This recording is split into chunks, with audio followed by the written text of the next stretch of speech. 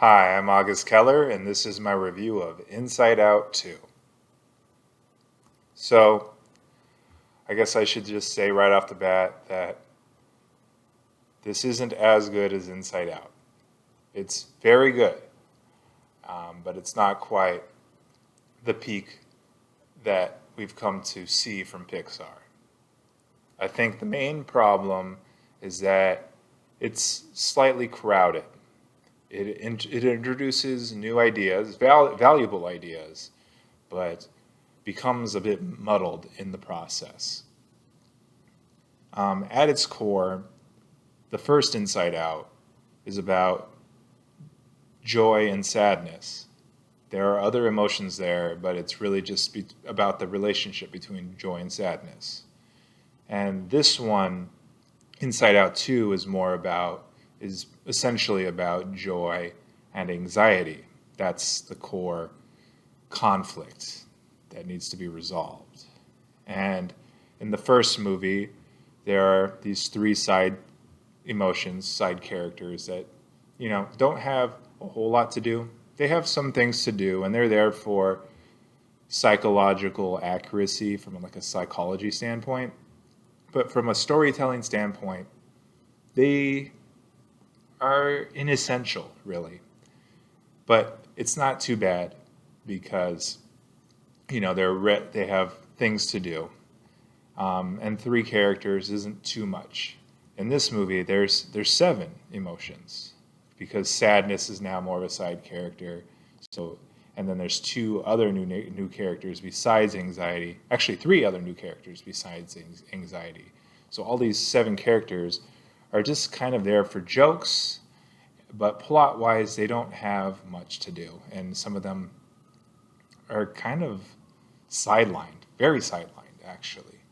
And that's just on the interior plot line. There's the exterior plot line where, there's the girl who these emotions are inside of that, has not just her and her parents. That's really what it was about in the first movie. Now there's all these friends involved too.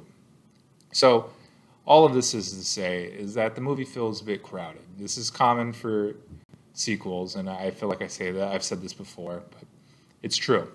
And it's just how it is. Some sequels handle it better than others. This one handles it well, but it's there, and it's noticeable, and it comes across in the messaging too.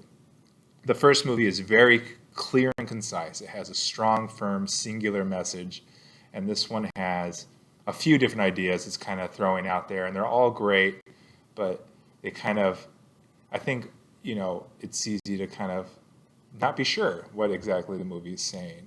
Maybe different people might take different things away from it, which is, can be a good thing, but I think in this case is just kind of a sign of the movie being muddled.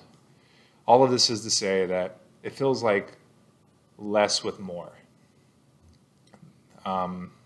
But anyways, Inside Out 2 is still excellent in many ways.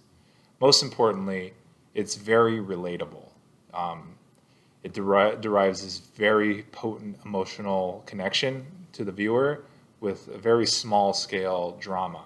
It's just very relatable. It's something, teen angst and, these teen issues are something that we've all gone through, and it's all very grounded, which is refreshing.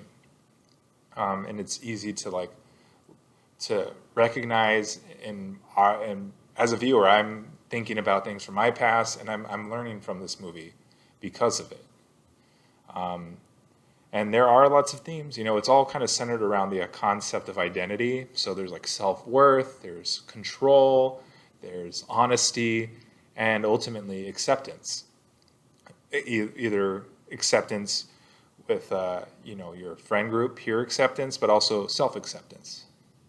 From a writing standpoint, there's a lot of strengths. The exposition is very concise. The humor is varied, whether it's observational or gags and puns. It's very informed from a psychological standpoint. It seems like just almost educational. The conflicts are nuanced. The good guys and the bad guys both have things they're doing right and wrong. Anxiety and joy both are trying their best, even if they're conflicting. There's good setup and payoff, and the plot is, got a good amount of adventure to it. Even though the exterior plot is very grounded and small, the interior plot feels like an adventure. The voice acting has chemistry, and of course the distinct personalities, the emotions, that they're depicting. But I did feel like it's less vulnerable. There's less quiet, like intense rawness in this one than there was in the previous film. But it's still good. So overall, I would say that Inside Out 2 is imprecise, but that's saved by how sincere it is. I think it's indisputable that this movie is trying to say something important, and trying to be real. Just maybe trying to say too much is all. Technically, I found Inside Out 2 to be consistently engaging. The cinematography has depth, color, shapes, and framing, so it's very vivid. I wouldn't say it's necessarily conveying a ton of meaning, and it isn't the most informative, but it's nice to look at.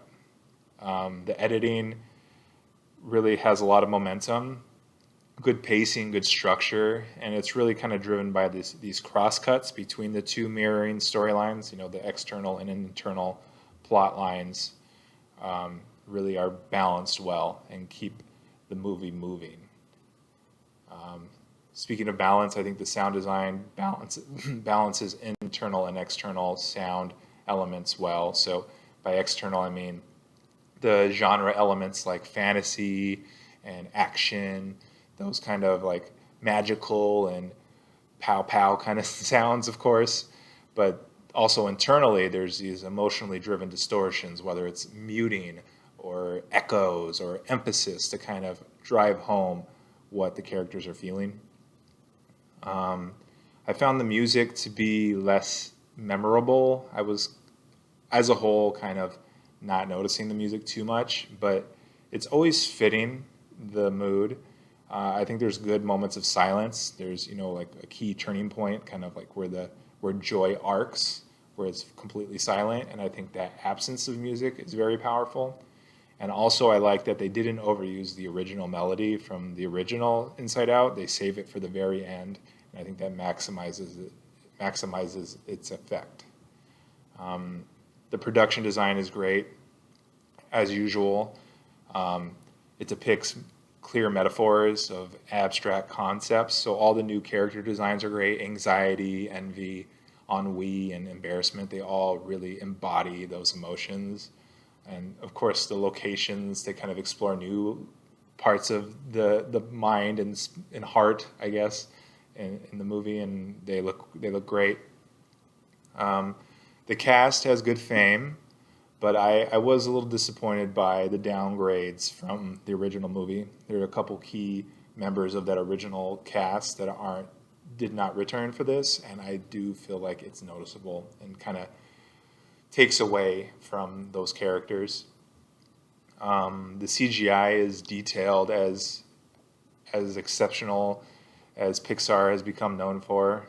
Some of the shots or sequences are very impressive. How the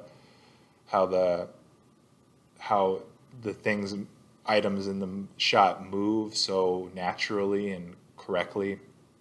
And there's also these touches of differing animation styles that are fun. There's not a whole lot of that, but they're peppered in, and I think they add to the experience for sure. So, ultimately, I think Inside Out 2 is imperfectly great. I like it a lot. I don't think I love it. I'm open to loving it in the future, maybe coming around to it, but at this point, I feel like really liking it is kind of where I stand.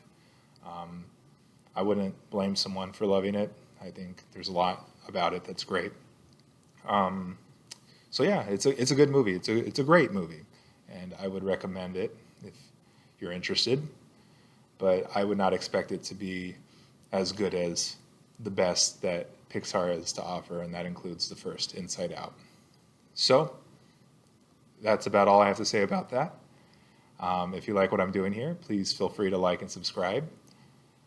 Or you can follow me on Instagram, which I'll have linked in the description. But at the very least, I appreciate you watching, and I'll see you next time. Okay, thanks. Bye.